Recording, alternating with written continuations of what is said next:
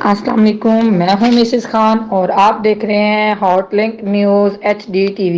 آئیے لیے چلتے ہیں آپ کو آج کی تازہ خبر کی طرف۔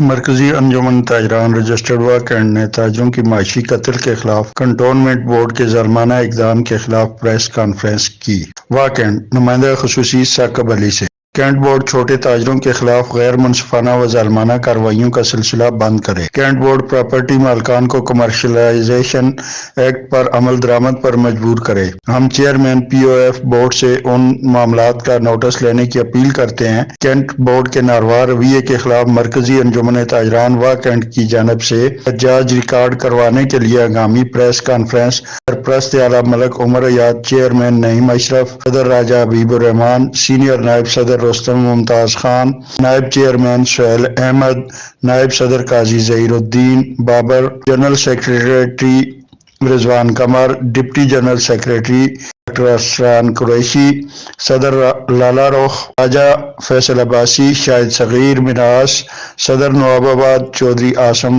صدر دوال الفت حسین، صدر ماڈل ٹاؤن و دیگر عہدیداروں اور تاجروں نے کثیر تعداد میں شرکت کی۔ چیئرمین نعیم اشرف، صدر راجہ حبیب الرحمان و دیگر رہنماؤں نے میڈیا سے بات کرتے ہوئے کہا، ہم انتظامیہ کے ساتھ ٹیبل ٹاک کے ذریعے معاملات کو خوش اسلوبی سے حل کرنا چاہتے ہیں۔